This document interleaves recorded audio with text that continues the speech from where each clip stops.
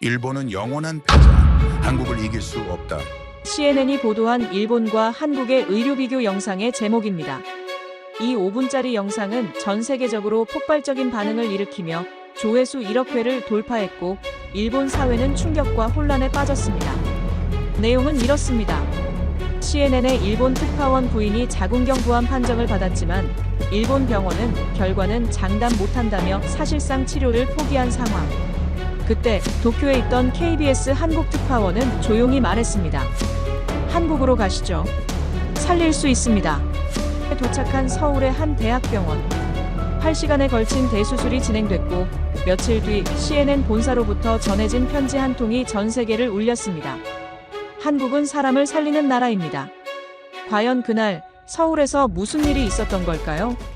그 전에 좋아요 버튼을 눌러주셔서 우리나라가 역시 일본보다 한 수위임을 증명하는 이 영상을 널리 퍼뜨려주세요. 그리고 독도는 우리 땅이라고 생각하신다면 독도라고 댓글로 남겨주세요. 그리고 지금 어디서 듣고 계신지도 댓글로 알려주세요. 우리 자유대한민국 국민은 하나로 연결됩니다. 그럼 사연 바로 시작합니다. 저는 조나단 로웰, 42살입니다. CNN 도쿄 특파원으로 10년째 일하고 있죠. 정직한 보도, 그게 제 신념이었습니다. 하지만 그날 이후로 저는 정직함만으론 사람을 살릴 수 없다는 걸 배웠습니다. 그해 6월, 도쿄는 습했습니다. 장마가 시작되기 직전, 공기가 무겁게 가라앉은 그 시기였어요. 엘렌이 정기 검진을 받으러 간 날도 그랬습니다. 저는 사무실에서 북한 관련 뉴스를 편집하고 있었고, 아내는 혼자 병원에 갔습니다. 전화가 온 건 오후 4시쯤이었어요. 조나단. 목소리가 떨리고 있었습니다. 전화기 너머로 들리는 그 떨림은 제 심장까지 흔들었죠. 자궁경부암이래요. 2기에서 3기 사이래요. 순간 키보드 위에 있던 손이 멈췄습니다. 화면 속 글자들이 흐릿해졌어요.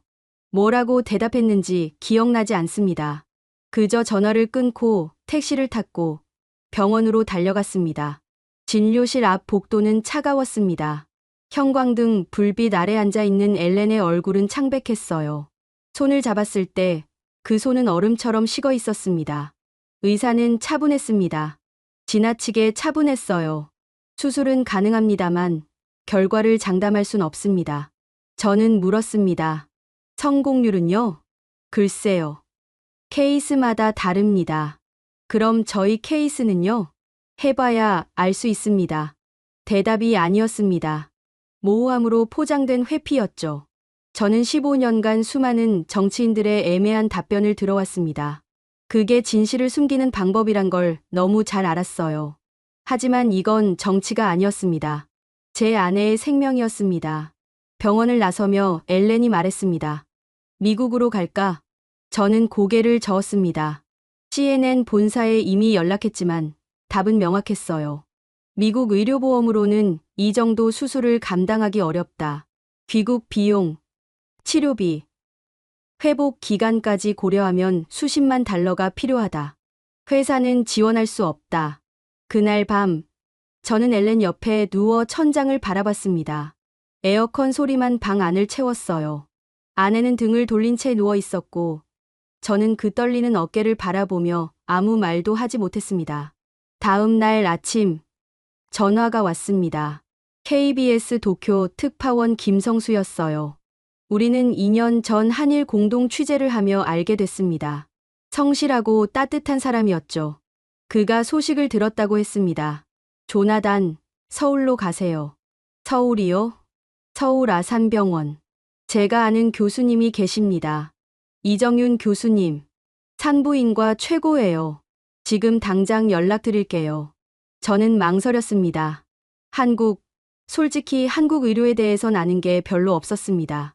K-팝이나 드라마는 들어봤지만 의료 시스템은 생소했어요.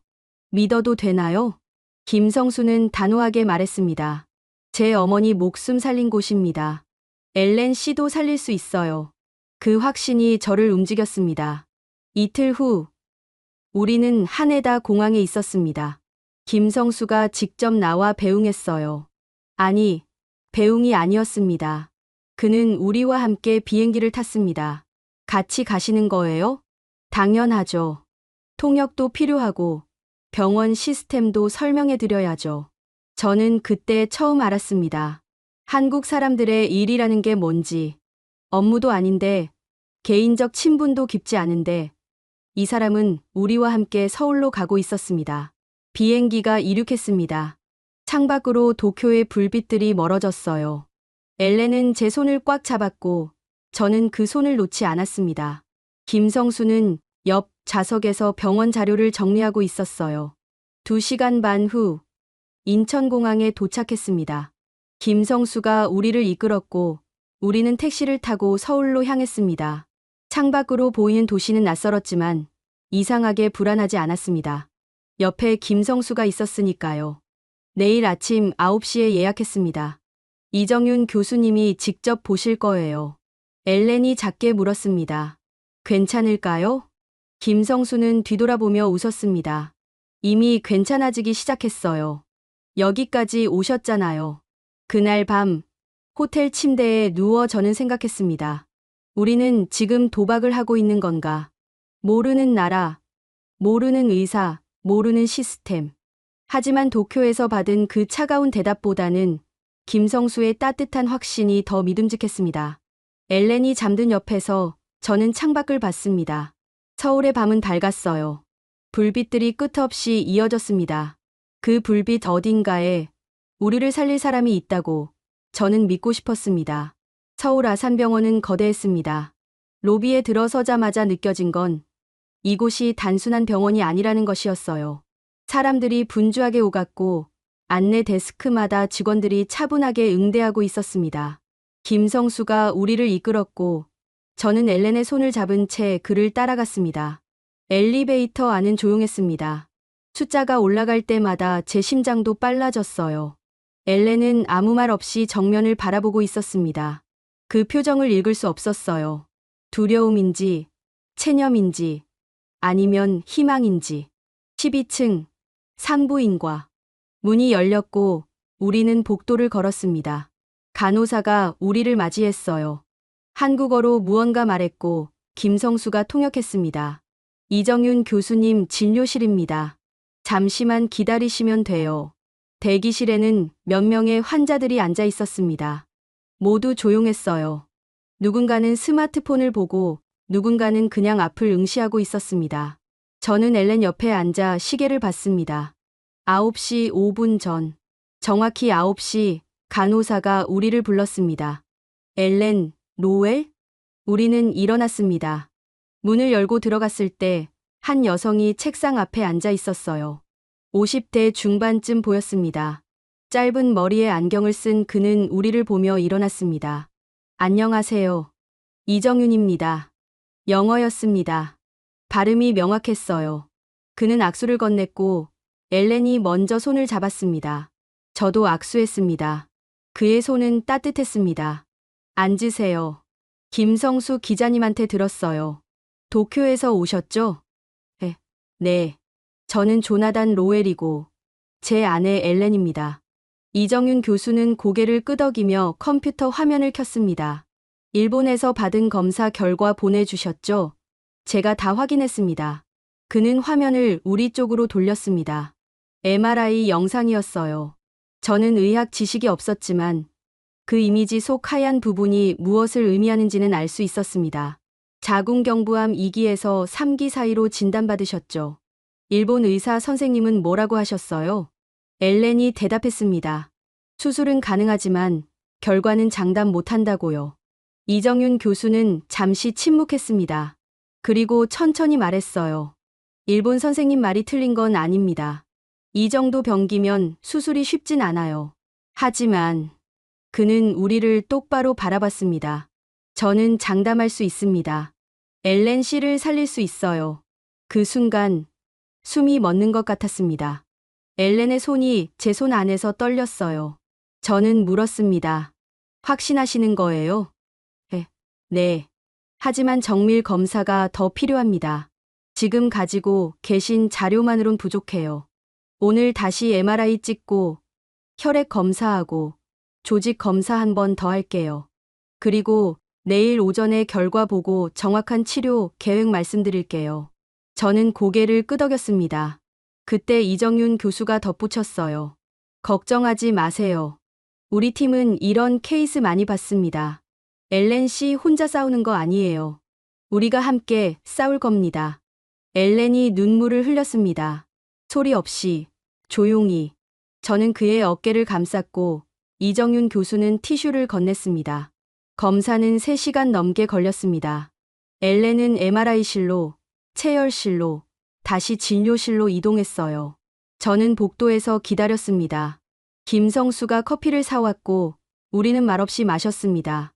일본 의사랑 분위기가 다르죠? 김성수가 조용히 말했습니다.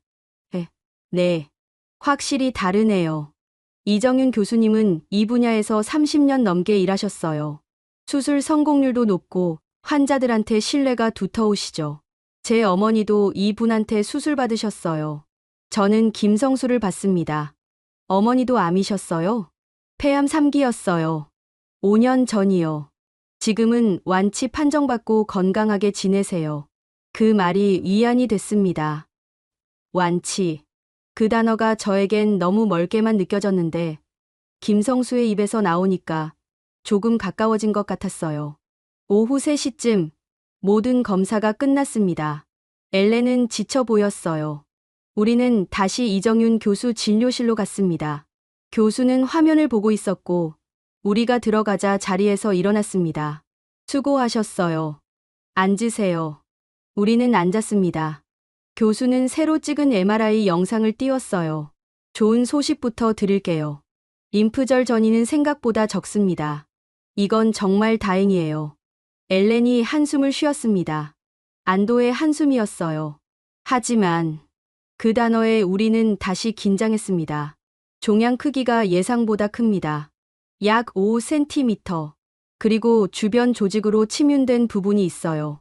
이 부분 때문에 수술 전에 항암 치료가 필요할 수 있습니다. 저는 물었습니다. 수술이 불가능하다는 건가요? 아니요.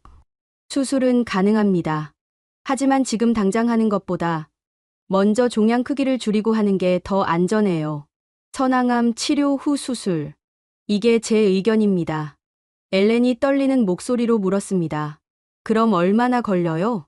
항암 치료 6주에서 8주. 그 후 재평가하고 수술 들어갑니다. 전체적으로 석 달에서 넉 달 정도 예상하시면 돼요. 석 달. 제 머릿속이 복잡해졌습니다. 도쿄 지국 업무는 어떻게 하지? 엘렌 혼자 여기 두고 갈 수는 없고 비용은 또 얼마나 들지? 이정윤 교수가 제 표정을 읽었는지 조용히 말했습니다. 조나단 씨, 지금 제일 중요한 건 엘렌 씨 목숨입니다. 다른 건 나중에 생각해도 돼요. 일단 사람부터 살립시다. 그 말에 저는 고개를 들었습니다. 교수는 단호했어요. 하지만 그 단호함 속에 따뜻함이 있었습니다. 믿으세요. 우리 팀 믿으세요. 엘렌 씨, 반드시 살려드릴게요. 엘렌이 다시 울었습니다. 이번엔 소리 내어 울었어요. 저도 눈시울이 뜨거워졌습니다. 이정윤 교수는 일어나 엘렌의 어깨를 가볍게 두드렸습니다. 많이 무서우셨죠? 이제 괜찮아요. 여기선 혼자 아니에요. 우리는 병원을 나섰습니다. 해가 기울고 있었어요. 석양이 병원 건물을 붉게 물들였습니다. 엘렌은 제 팔을 잡고 걸었고 김성수는 조금 뒤에서 따라왔습니다. 조나단. 엘렌이 말했습니다. 우리 잘한 거 맞죠? 저는 고개를 끄덕였습니다. 응, 잘한 거야. 그날 밤 호텔로 돌아와 침대에 누웠을 때 저는 처음으로 잠이 올 것 같았습니다. 여전히 두렵긴 했지만 도쿄에서 느꼈던 그 막막함과는 달랐어요. 여기는 누군가 우리를 지켜주고 있다는 느낌이 있었습니다. 엘렌이 제 손을 잡았습니다. 고마워요. 날 여기까지 데려와줘서. 저는 대답 대신 그 손을 꽉 쥐었습니다. 창밖으로 서울의 불빛이 보였어요. 그 불빛들이 이제는 조금 덜 낯설었습니다. 항암 치료는 이틀 후에 시작됐습니다. 그 이틀 동안 우리는 서울 아산병원을 오가며 추가 검사들을 받았어요. 심전도, 폐 기능 검사, 신장 기능 평가. 엘렌의 몸이 항암제를 견딜 수 있는지 확인하는 과정이었습니다. 이정윤 교수는 매번 직접 결과를 설명했습니다. 수치 하나하나, 그래프 하나하나를 짚어가며 말했어요. 저는 그게 얼마나 큰 차이인지 그때는 몰랐습니다. 나중에 알았죠. 대부분의 의사들은 결과만 통보합니다. 하지만 이정윤 교수는 달랐어요. 왜 이 수치가 중요한지, 어떤 의미인지, 다음 단계는 뭔지, 모든 걸 설명했습니다. 환자가 자기 몸 상태를 알아야 해요. 그래야 함께 싸울 수 있으니까요. 교수의 말이었습니다. 항암 치료 첫날, 우리는 종양내과 병동으로 갔습니다. 복도는 밝았어요. 창문으로 햇살이 들어왔고 화분들이 곳곳에 놓여 있었습니다. 일본 병원의 차갑고 무기질적인 복도와는 달랐어요. 간호사가 우리를 병실로 안내했습니다. 4인실이었어요. 엘렌이 침대에 앉자 간호사가 웃으며 말했습니다. 긴장하지 마세요. 제가 옆에 있을게요. 김성수가 통역해줬습니다. 간호사는 30대 초반으로 보였어요. 이름표에는 박지영이라고 적혀 있었습니다. 박지영 간호사는 엘렌의 팔에 정맥 주사를 놓기 시작했어요. 손놀림이 정확했습니다. 한 번에 바늘이 들어갔고 엘렌은 거의 아픔을 느끼지 못했어요. 다 됐어요. 이제 항암제 들어갈 거예요. 처음엔 좀 천천히 들어가니까 몸에 이상한 느낌 있으면 바로 말씀하세요. 투약이 시작됐습니다. 투명한 액체가 튜브를 타고 엘렌의 몸속으로 들어갔어요. 저는 옆 의자에 앉아 그 모습을 지켜봤습니다.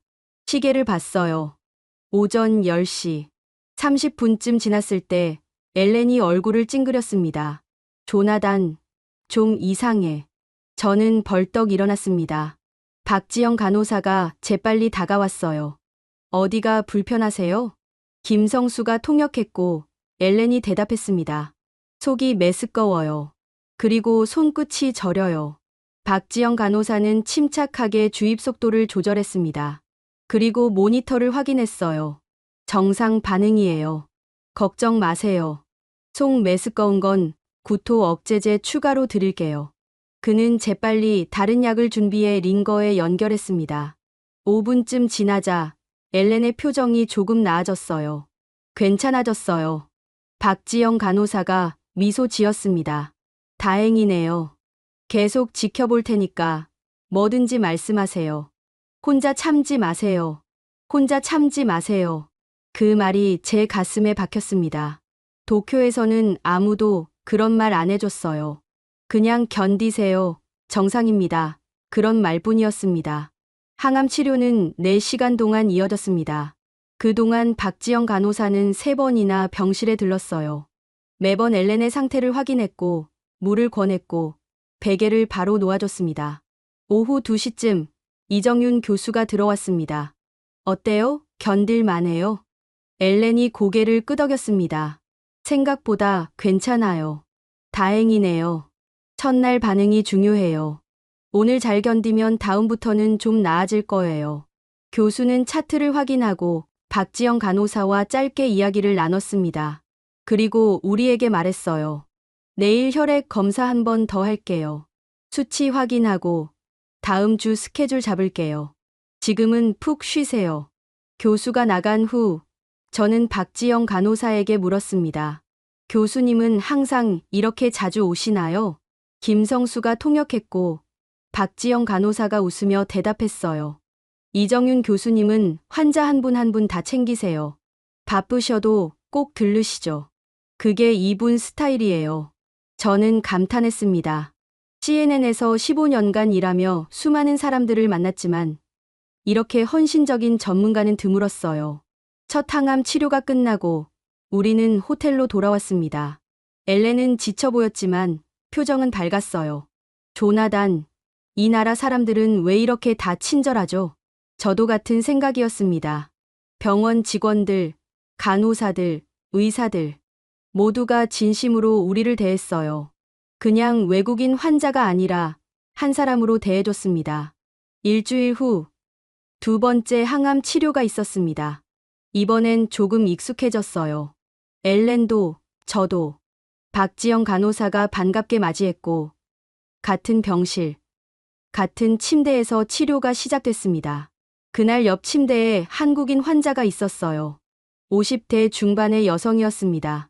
그도 항암 치료를 받고 있었어요. 엘렌과 눈이 마주쳤고 그 여성이 먼저 웃었습니다. 김성수가 없었지만 박지영 간호사가 통역을 자처했어요. 힘내세요. 저도 6개월째예요. 처음엔 힘들었는데 지금은 괜찮아요. 엘렌이 고개를 끄덕였습니다.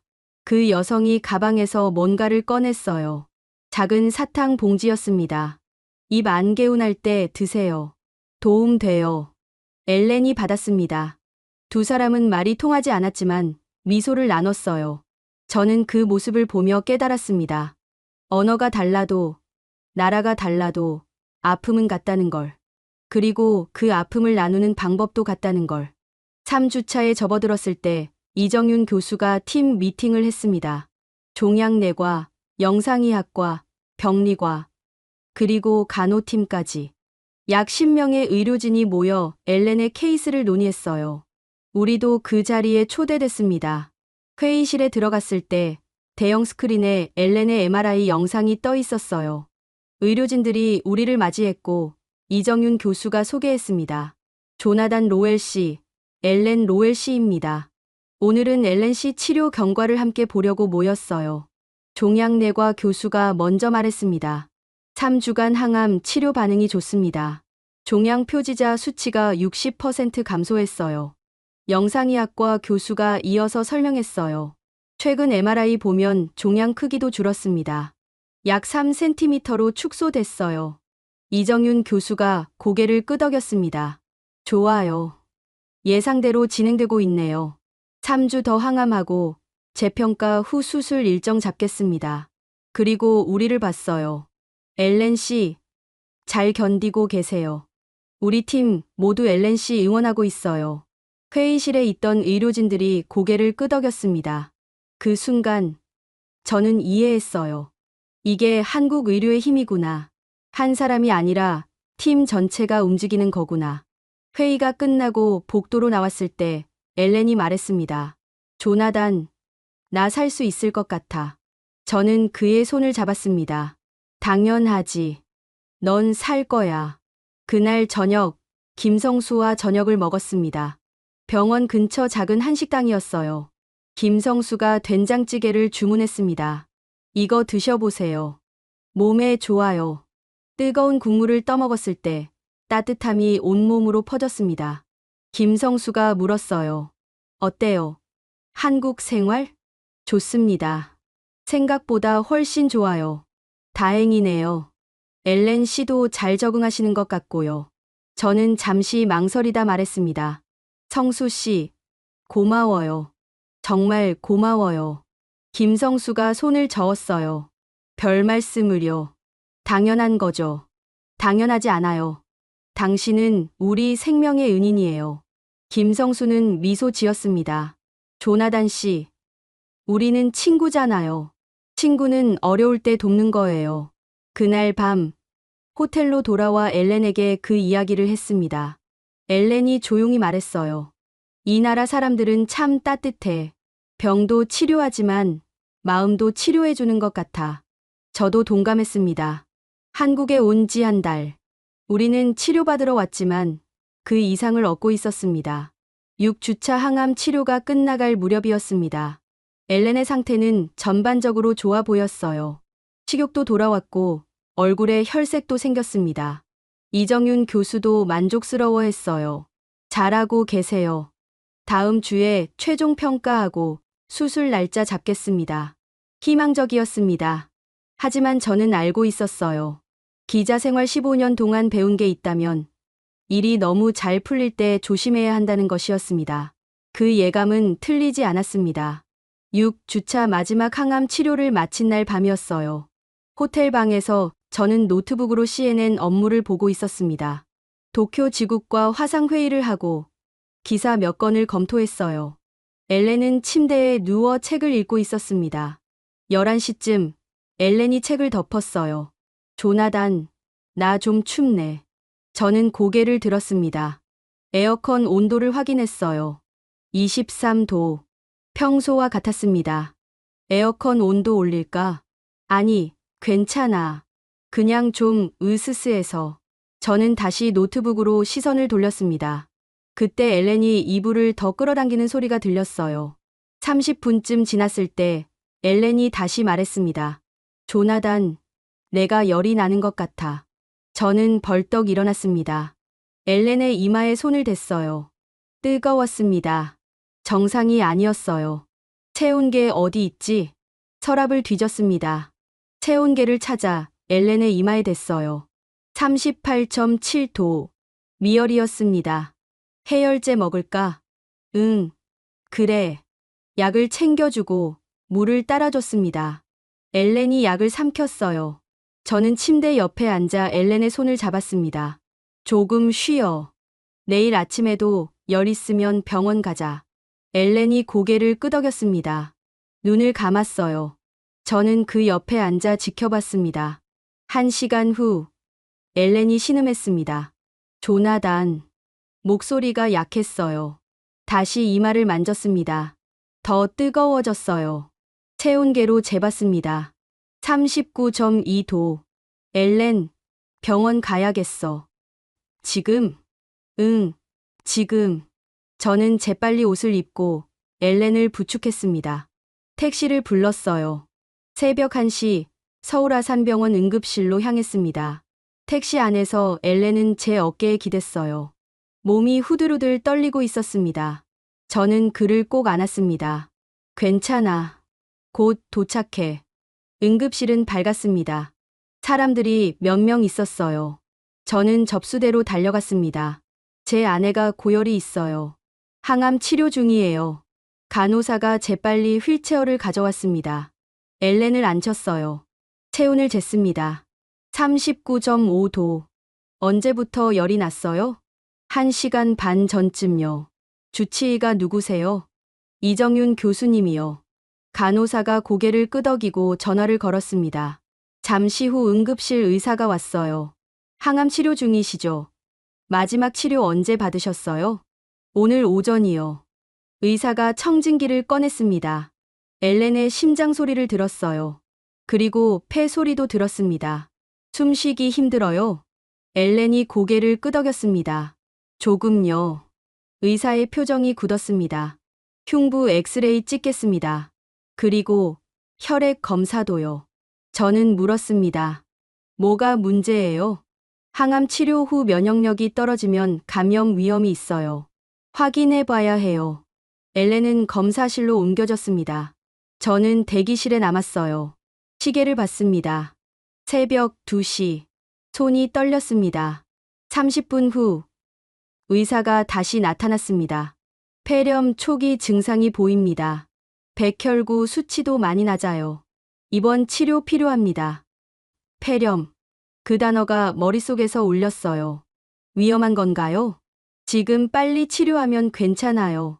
항생제 투여하고 경과 지켜봐야 해요. 엘렌은 응급실 병상으로 옮겨졌습니다. 간호사가 링거를 꽂았어요. 항생제가 들어가기 시작했습니다. 엘렌은 눈을 감고 있었어요. 땀이 이마에 맺혀 있었습니다. 저는 그 옆에 앉아 손을 잡았습니다. 엘렌의 손은 뜨거웠어요. 새벽 4시쯤 이정윤 교수가 나타났습니다. 잠옷 위에 재킷을 걸친 모습이었어요. 교수님, 보고 받았어요. 어떻게 됐어요? 응급실 의사가 상황을 설명했습니다. 이정윤 교수는 차트를 확인하고 엘렌을 살폈어요. 엘렌 씨, 저예요. 이정윤이에요. 엘렌이 눈을 떴습니다. 교수님, 괜찮아요. 폐렴 초기예요. 치료하면 나아요. 걱정 마세요. 교수가 저를 봤습니다. 조나단 씨, 잠시 나와 보시겠어요? 저는 교수를 따라 복도로 나갔습니다. 교수가 조용히 말했어요. 항암 치료 부작용이에요. 면역력이 많이 떨어진 상태예요. 수술은 어떻게 되는 건가요? 일단 이거부터 치료해야죠. 폐렴 잡히면 다시 평가할게요. 저는 벽에 기댔습니다. 다리에 힘이 풀렸어요. 제가 잘못 선택한 건가요? 이정윤 교수가 제 어깨를 잡았습니다. 아니에요. 잘하고 계세요. 이런 일은 항암 치료 중에 흔해요. 예상 가능한 합병증이에요. 하지만, 조나단 씨, 드세요. 엘렌 씨는 지금 싸우고 있어요. 암하고도 싸우고, 부작용하고도 싸우고, 우리가 할 일은 그 싸움을 도와주는 거예요. 포기하는 게 아니라요. 교수의 눈빛은 단호했습니다. 믿으세요. 엘렌 씨 죽게 두지 않을 겁니다. 그 말이 저를 붙잡았어요. 저는 고개를 끄덕였습니다. 다음 날, 엘렌은 일반 병동으로 옮겨졌습니다.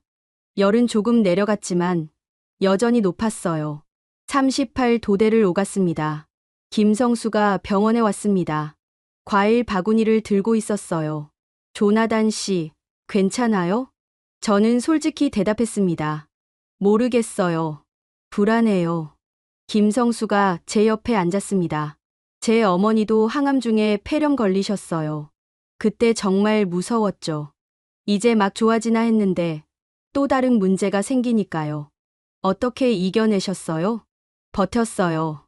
그냥 하루하루 버텼어요. 의료진 믿고, 어머니 믿고. 김성수가 창밖을 봤습니다. 조나단 씨, 지금은 힘들지만 이것도 지나갈 거예요. 꼭 지나가요. 저는 그 말을 믿고 싶었습니다. 사흘째 되는 날, 엘렌의 열이 잡혔습니다. 37도대로 내려왔어요. 호흡도 안정됐습니다. 이정윤 교수가 미소 지었어요. 다행이에요. 위기 넘겼어요. 엘렌이 처음으로 웃었습니다. 약한 미소였지만 분명한 미소였어요. 그날 밤, 저는 병실 의자에서 잤습니다. 엘렌의 고른 숨소리를 들으며 저는 생각했어요. 우리는 또 한 번 살아남았구나. 그리고 이 모든 게 이 나라 의료진들 덕분이구나. 창밖으로 서울의 야경이 보였습니다. 불빛들이 반짝였어요. 저는 그 불빛을 보며 기도했습니다. 신을 믿지 않는 저였지만 그날은 기도했어요. 엘렌을 살려달라고, 우리에게 다시 한 번 기회를 달라고. 폐렴이 잡힌 후 일주일이 지났습니다. 엘렌은 회복 중이었지만 수술 일정은 미뤄졌어요. 이정윤 교수는 몸 상태가 완전히 안정될 때까지 기다리자고 했습니다. 서두르면 위험해요. 엘렌 씨 몸이 충분히 회복돼야 수술 견딜 수 있어요. 저는 이해했습니다. 하지만 이해하는 것과 받아들이는 건 달랐어요. 매일 밤 잠들 때마다 불안했습니다. 암은 기다려주지 않는다는 걸 알았으니까요. CNN 도쿄 지국에서 연락이 왔습니다. 복귀 일정을 물어봤어요. 저는 애매하게 답할 수밖에 없었습니다. 조금 더 시간이 필요합니다. 언제쯤이요? 아직 모르겠습니다. 전화를 끊고 나서 저는 한숨을 쉬었어요. 일도, 돈도, 모든 게 불확실했습니다. 서울에 온 지 2달이 넘었어요. 호텔비와 생활비가 계속 나갔습니다. 치료비는 예상보다 저렴했지만 그래도 부담이었어요. 그날 저녁 병실에서 엘렌이 조용히 말했습니다. 조나단, 앉아봐. 저는 침대 옆 의자에 앉았어요. 엘렌이 제 손을 잡았습니다. 우리 얘기 좀 해야 할 것 같아. 무슨 얘기? 엘렌이 천천히 말했어요. 당신 너무 무리하고 있어. 일도 못하고 여기서 날 돌보느라 잠도 제대로 못 자잖아. 괜찮아. 내가 여기 있어야지. 조나단. 엘렌의 목소리가 떨렸습니다. 나 없이도 당신은 살아야 해. 그 말에 저는 얼어붙었어요. 무슨 소리야. 만약에 내가 안 되면. 그런 소리 하지 마. 목소리가 커졌습니다. 저는 그러고 싶지 않았는데 목소리가 저절로 커졌어요. 엘렌, 넌 괜찮아질 거야. 이정윤 교수님이 그랬잖아. 치료 잘 되고 있다고. 하지만 폐렴 때문에 수술도 미뤄졌잖아. 만약 또 다른 문제가 생기면, 만약 수술 중에 뭔가 잘못되면? 저는 대답할 수 없었습니다. 엘렌이 계속 말했어요. 당신은 살아야 해, 조나단. 나한테 모든 걸 쏟아붓지 말고. 당신은 내 전부야. 제 목소리가 갈라졌습니다. 당신 없이 어떻게 살아? 당신은 날 없이도 살 수 있어? 나는 아니야. 못 살아. 침묵이 흘렀습니다. 엘렌이 눈물을 흘렸어요. 저도 울었습니다. 두 사람 다 소리 없이 울었습니다. 조나단, 나 너무 무서워. 나도 무서워. 저는 침대로 다가가 엘렌을 안았습니다. 두 사람은 그렇게 한참을 있었어요. 병실 밖으로 간호사들의 발걸음 소리가 들렸고 복도의 형광등, 불빛이 희미하게 새어 들어왔습니다. 얼마나 지났을까요? 노크 소리가 났어요. 문이 열리고 김성수가 들어왔습니다. 우리의 모습을 보고 멈칫했어요. 제가 타이밍이 안 좋았나요? 저는 고개를 저었습니다. 아니에요. 들어오세요. 김성수가 과일 봉지를 테이블에 놓았습니다. 그리고 의자에 앉았어요. 무슨 일 있으세요? 저는 대답하지 못했습니다. 엘렌이 말했어요. 불안해요. 둘 다. 김성수가 고개를 끄덕였습니다. 당연하죠. 누가 불안하지 않겠어요.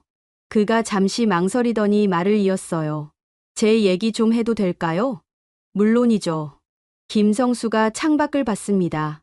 제 어머니가 폐암 진단받았을 때 저도 조나단 씨처럼 무너졌어요.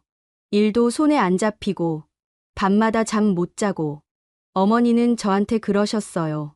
자기 없이도 살 준비하라고. 엘렌이 고개를 들었습니다. 그래서 어떻게 하셨어요? 거절했죠. 말도 안 되는 소리라고. 어머니 없인 못 산다고. 김성수가 미소 지었어요. 어머니가 그러시더라고요. 그럼 둘 다 살아야지. 나도 살고, 너도 살고. 그 말이 저를 깨웠어요. 저는 김성수를 봤습니다. 무슨 뜻이죠? 죽음 준비하느라 삶을 놓치지 말라는 거예요. 지금 이 순간, 당신들 둘 다 살아있잖아요. 함께 있잖아요. 그게 제일 중요한 거예요. 김성수가 우리를 번갈아 봤습니다. 엘렌 씨, 조나단 씨는 당신 없이 못 산다고 했어요. 그럼 살게 해주세요. 당신이 살아야 조나단 씨도 사는 거예요. 엘렌이 눈물을 닦았습니다. 조나단 씨, 엘렌 씨는 당신 걱정돼서 저러는 거예요. 그럼 걱정 안 하게 해주세요. 당신이 버티는 모습 보여주세요. 그게 엘렌 씨한테 제일 큰 힘이 될 거예요. 저는 천천히 고개를 끄덕였습니다. 김성수의 말이 가슴에 박혔어요. 당신들 둘 다 살아야 할 이유가 너무 많잖아요. 서로가 서로의 이유잖아요. 그날 밤, 김성수가 돌아간 후, 저는 엘렌의 손을 잡았습니다. 미안해. 내가 약한 모습 보여서. 나도 미안해. 당신 상처 주려던 건 아니었어. 알아.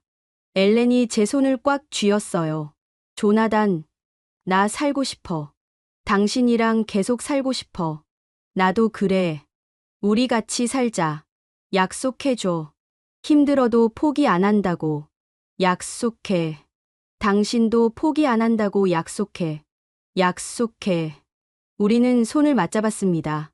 그 손에 힘을 주었어요. 서로를 놓치지 않으려는 듯이. 다음 날 아침, 이정윤 교수가 회진을 왔습니다. 오늘 혈액 검사 결과 좋아요. 수치 다 정상으로 돌아왔어요. 그럼 수술은요? 다음 주에 최종 MRI 찍고 결과 보고 일정 잡을게요. 엘렌이 물었습니다. 교수님, 제가 이길 수 있을까요? 이정윤 교수가 엘렌을 똑바로 봤습니다. 이미 이기고 있어요. 여기까지 온 것만으로도 대단한 거예요. 교수가 차트를 덮으며 말했어요. 엘렌 씨, 제가 5년 넘게 이 일 하면서 배운 게 있어요. 암은 몸만 아프게 하는 게 아니에요. 마음도, 관계도 아프게 해요. 그걸 이기는 사람이 결국 살아남아요. 엘렌이 고개를 끄덕였습니다. 마음도 치료해 주시는 거예요, 교수님? 제 일이니까요. 사람 전체를 치료하는 게 의사 일이에요. 교수가 나간 후 저는 창밖을 봤습니다. 하늘이 맑았어요. 구름 한 점 없는 파란 하늘이었습니다. 엘렌이 말했습니다. 조나단, 오늘 날씨 좋네. 응, 좋네. 우리 산책할까? 병원 정원으로. 저는 미소 지었습니다. 그래, 가자. 휠체어를 가져왔고 엘렌을 태웠어요. 우리는 엘리베이터를 타고 1층으로 내려갔습니다. 병원 정원은 조용했어요. 나무들이 바람에 흔들렸고 벤치에는 몇몇 환자들이 앉아 있었습니다. 우리는 그늘 아래 벤치에 앉았습니다. 엘렌이 눈을 감고 바람을 맞았어요. 살아있다는 게 느껴져. 저도 눈을 감았습니다. 바람이 얼굴을 스쳤어요. 따뜻했습니다. 우리 이길 거야, 엘렌. 응, 이길 거야. 그것만으로도 충분했어요. 엘렌은 새벽부터 금식했어요. 검사는 오전 9시에 시작됐고 1시간 넘게 걸렸습니다. 우리는 이정윤 교수 진료실로 갔습니다. 결과는 다음 날 나온다고 했어요. 그날 밤, 저는 한숨도 자지 못했습니다. 엘렌은 잠들었지만 저는 천장만 바라봤어요. 다음 날 오후 2시, 우리는 다시 진료실에 있었습니다. 이정윤 교수가 화면을 켰어요. 새로운 MRI 영상이 떴습니다. 좋은 소식이에요. 교수가 말했습니다. 종양이 많이 줄었어요. 약 2cm. 림프절 전이도 거의 사라졌고요. 엘렌이 숨을 내쉬었습니다. 그럼 수술할 수 있어요? 네. 다음 주 화요일에 잡을게요. 화요일. 5일 후였습니다. 수술 시간은 얼마나 걸려요? 예상으론 5에서 6시간이요. 자궁 전체 적출하고 주변 조직 확인하고 림프절 몇 개 더 떼어낼 거예요. 교수가 설명을 이어갔습니다. 수술 후 회복 기간은 2주 정도예요. 큰 문제 없으면 3주 후에 퇴원 가능해요. 저는 물었습니다. 성공률은요? 이정윤 교수가 저를 봤습니다. 90% 이상이에요. 하지만 100%는 없어요. 수술은 늘 변수가 있으니까요. 어떤 변수요? 출혈, 감염, 장기 손상, 예상 못한 전이 발견. 여러 가지가 있어요. 교수가 잠시 멈췄다가 말했습니다. 하지만 저는 확신해요. 엘렌 씨 살릴 수 있어요. 그 말에 저는 고개를 끄덕였습니다. 화요일 아침이 왔습니다. 새벽 5시. 우리는 일어났어요. 엘렌은 전날 밤부터 금식 중이었습니다. 샤워를 하고 병원복으로 갈아입었어요. 6시, 병실로 간호사가 왔습니다. 수술 전 체크리스트를 확인했어요. 혈압, 체온, 맥박, 모두 정상이었습니다. 7시, 김성수가 왔습니다. 손에 작은 부적 같은 걸 들고 있었어요. 제 어머니가 보내셨어요. 절에서 받아오신 거래요. 엘렌이 받았습니다. 고마워요, 성수 씨. 힘내세요. 교수님 믿으세요.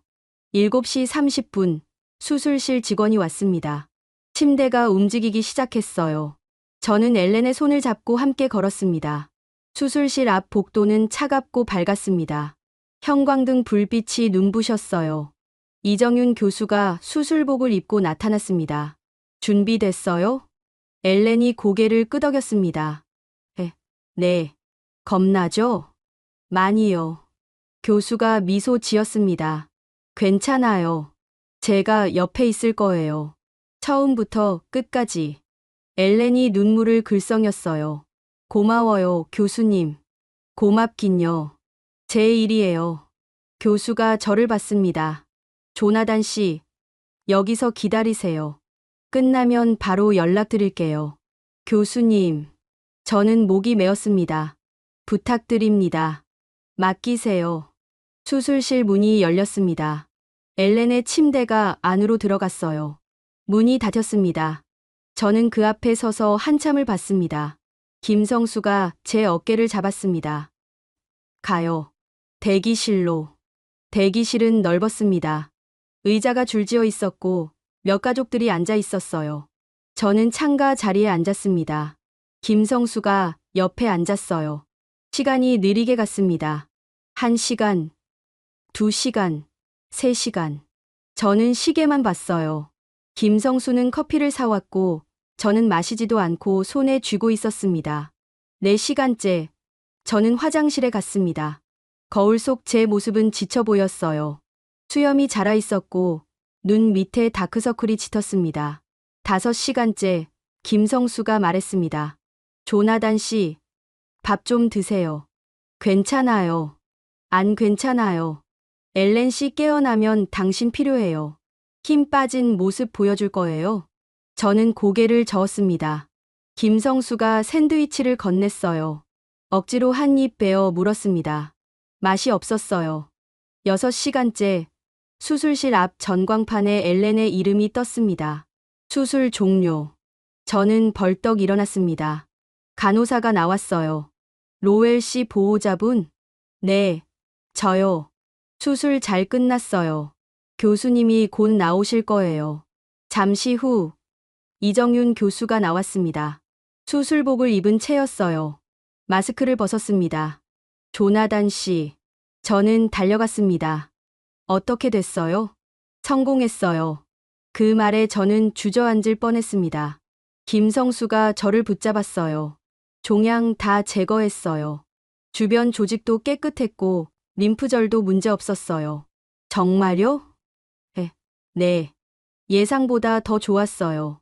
교수가 미소 지었습니다. 엘렌 씨 잘 싸웠어요. 이제 회복만 남았어요.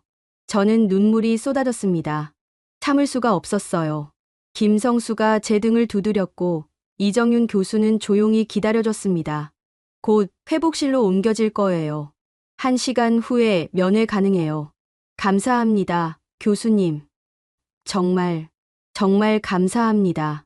천만에요. 기술이 아니라 책임이에요. 저한테 맡겨진 생명이니까요. 1시간 후, 저는 회복실로 들어갔습니다. 엘렌은 침대에 누워 있었어요. 눈을 감고 있었고 호흡기가 연결돼 있었습니다. 모니터가 규칙적으로 삐삐 소리를 냈어요. 저는 옆에 앉아 엘렌의 손을 잡았습니다. 손이 차가웠어요. 하지만 맥박이 느껴졌습니다. 살아있는 맥박이었어요. 엘렌, 나야, 조나단이야. 대답은 없었습니다. 하지만 괜찮았어요. 살아있으니까. 그것만으로 충분했습니다. 2시간 후, 엘렌이 눈을 떴습니다. 천천히, 조금씩. 조나단. 목소리가 약했어요. 응, 여기 있어. 끝났어? 응, 끝났어. 잘 됐어. 교수님이 성공했대. 엘렌이 눈물을 흘렸습니다. 소리 없이 눈물만 흘렀어요. 조나단. 응, 나 살았어. 저도 울었습니다. 응, 살았어. 우리 살았어. 그날 밤, 엘렌은 중환자실로 옮겨졌습니다. 저는 면회 시간에만 들어갈 수 있었어요. 나머지 시간은 복도에서 기다렸습니다. 김성수가 밤새 함께 있어줬습니다. 성수 씨, 집에 가세요. 피곤하실 텐데. 괜찮아요. 혼자 있으면 불안하잖아요. 저는 고맙다는 말밖에 할 수 없었습니다. 다음 날 아침, 이정윤 교수가 회진을 왔습니다. 상태 좋아요. 예상대로 회복하고 있어요. 언제 일반 병실로 갈 수 있어요? 이틀만 더 여기 있으면 돼요. 이틀 후, 엘렌은 일반 병실로 옮겨졌습니다. 창가 자리였어요. 햇살이 들어왔고 서울 시내가 보였습니다. 엘렌이 처음으로 앉았습니다. 천천히, 조심스럽게. 저는 뒤에서 부축했어요. 아파? 조금. 근데 괜찮아. 엘렌이 창밖을 봤습니다. 여기가 날 살린 도시네. 저도 창밖을 봤습니다. 응, 그래. 그날 저녁 병원 식사가 나왔습니다. 미역국과 흰 쌀밥, 나물 몇 가지였어요. 엘렌이 숟가락을 들었습니다. 첫 한 숟가락을 떴어요. 입에 넣고 천천히 씹었습니다. 그리고 삼켰어요. 눈물이 흘렀습니다. 조나단, 나 밥 먹고 있어. 저도 울컥했습니다. 응, 먹고 있어. 살아있어. 응, 살아있어. 우리는 그렇게 울면서 웃었습니다. 살아있다는 것, 밥을 먹는다는 것, 그게 얼마나 큰 의미인지 그때 알았습니다. 수술 후 2주가 지났습니다. 엘렌은 매일 조금씩 나아졌어요. 처음엔 침대에서 일어나는 것도 힘들어했지만 이제는 복도를 천천히 걸을 수 있었습니다. 저는 항상 옆에서 부축했어요. 재활 치료가 시작됐습니다. 물리치료사가 매일 와서 운동을 도와줬어요. 간단한 스트레칭부터 시작해서 점점 강도를 높여갔습니다. 엘렌 씨, 오늘은 복도 끝까지 가볼까요? 물리치료사가 밝게 말했습니다. 이름은 최은지였어요. 20대 후반의 활기찬 여성이었습니다. 엘렌이 고개를 끄덕였습니다. 해볼게요. 우리는 천천히 걸었습니다. 한 걸음, 한 걸음. 복도는 길었어요. 중간에 엘렌이 멈췄습니다. 잠깐만요. 괜찮아요. 천천히 가요. 최은지 선생이 격려했습니다. 숨을 고르고 다시 걸었습니다. 복도 끝에 도착했을 때 엘렌은 환하게 웃었어요. 해냈어요. 잘하셨어요. 내일은 한 바퀴 더 돌아볼까요? 엘렌이 웃으며 고개를 끄덕였습니다. 그 웃음을 본 게 얼마만인지 모르겠어요. 오래된 것 같았습니다.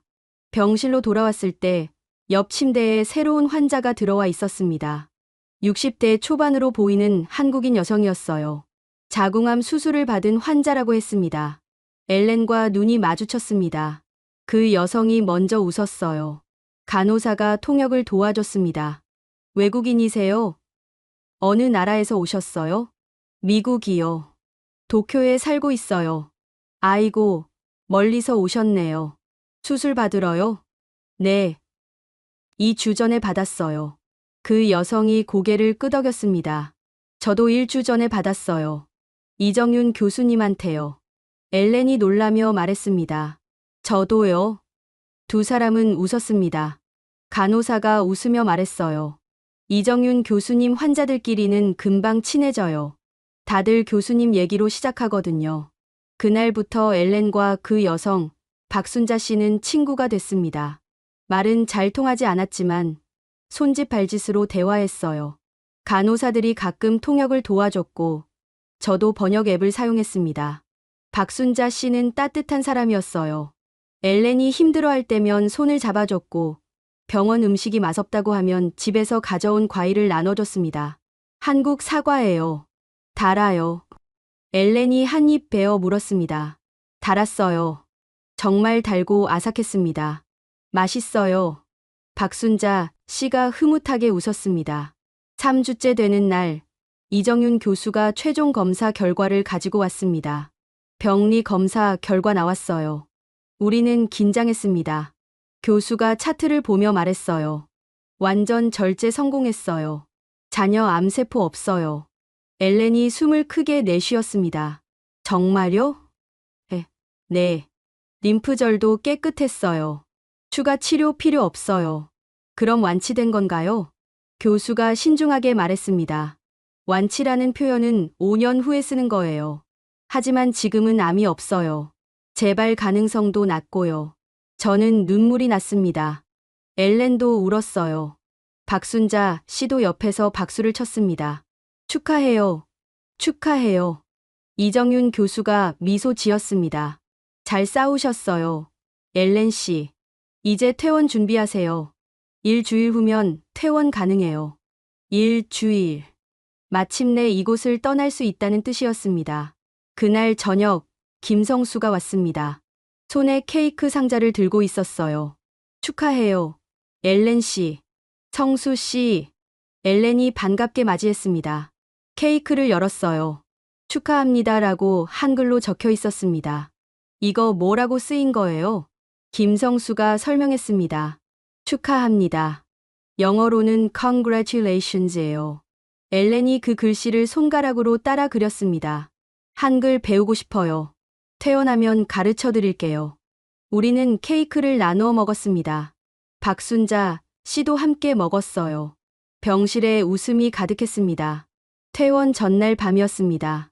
엘렌이 제게 말했어요. 조나단, 사진 찍어줄래? 사진. 응. 의료진 분들이랑. 다음 날 아침, 우리는 간호사실로 갔습니다. 박지영 간호사, 최은지 물리치료사, 그리고 다른 간호사들이 모였어요. 사진 찍고 싶어요. 기념으로요. 박지영 간호사가 웃었습니다. 좋죠. 교수님도 부를까요? 네. 꼭이요. 잠시 후, 이정윤 교수도 왔습니다. 우리는 함께 섰어요. 제가 카메라를 들었습니다. 하나, 둘, 셋. 찰칵. 사진이 찍혔습니다. 모두가 웃고 있었어요. 엘렌도, 의료진도, 저도. 한 장 더 찍을게요. 이번엔 지나가던 다른 환자 보호자가 찍어줬습니다. 쟤도 사진 속에 들어갔어요. 엘렌 옆에 섰습니다. 찰칵. 또 한 장. 그날 오후 퇴원 수속을 밟았습니다.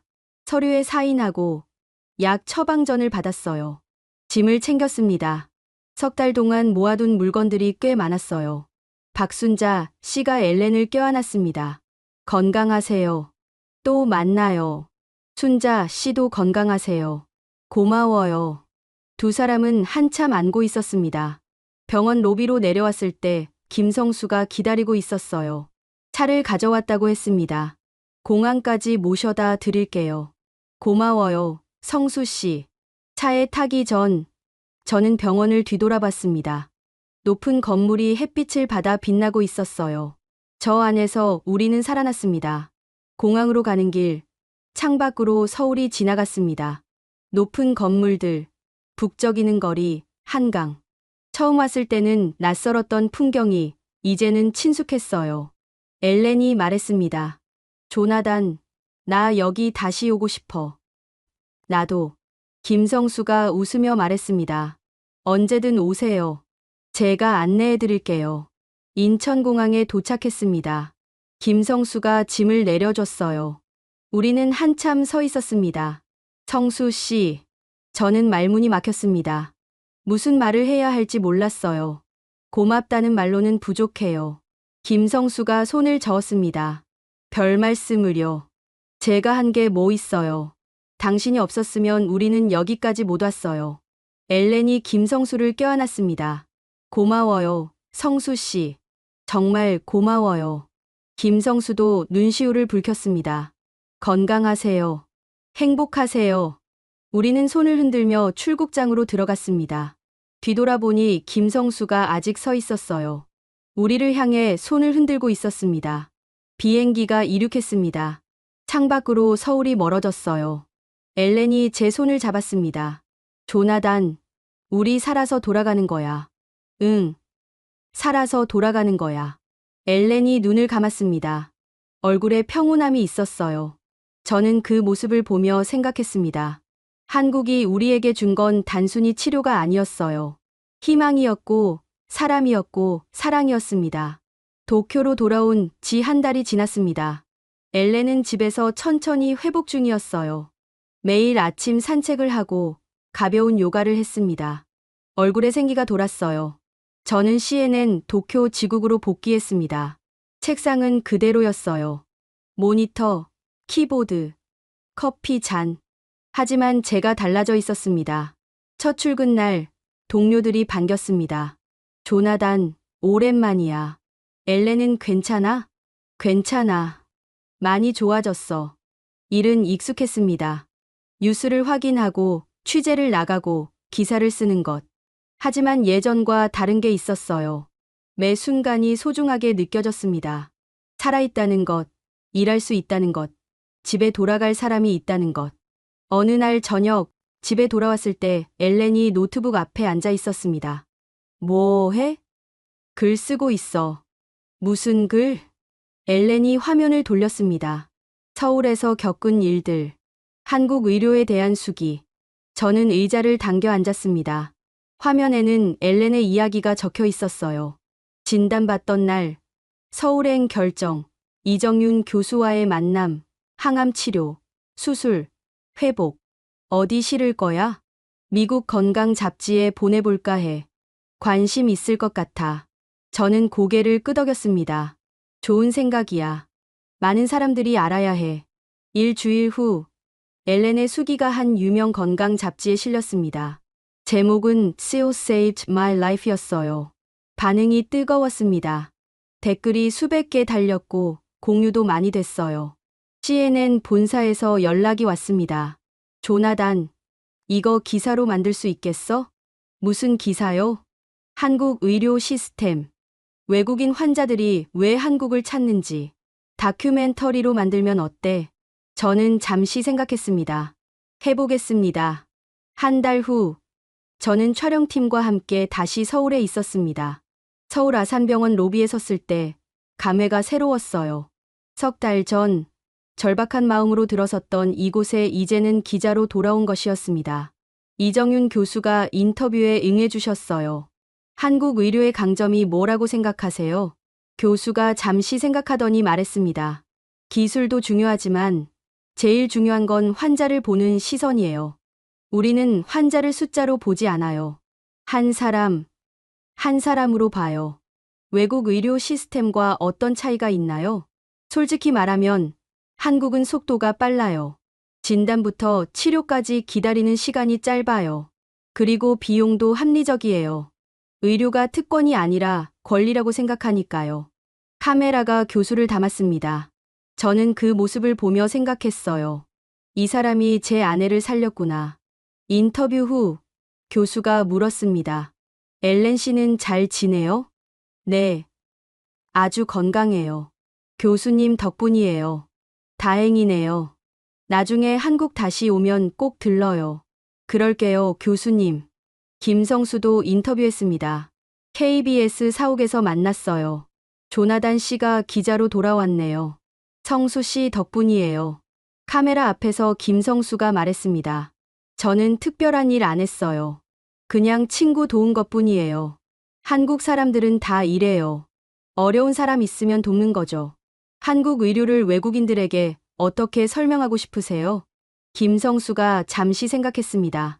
한국은 기술만 파는 게 아니에요. 마음도 함께 줘요. 환자가 외국인이든 한국인이든 똑같이 대해요.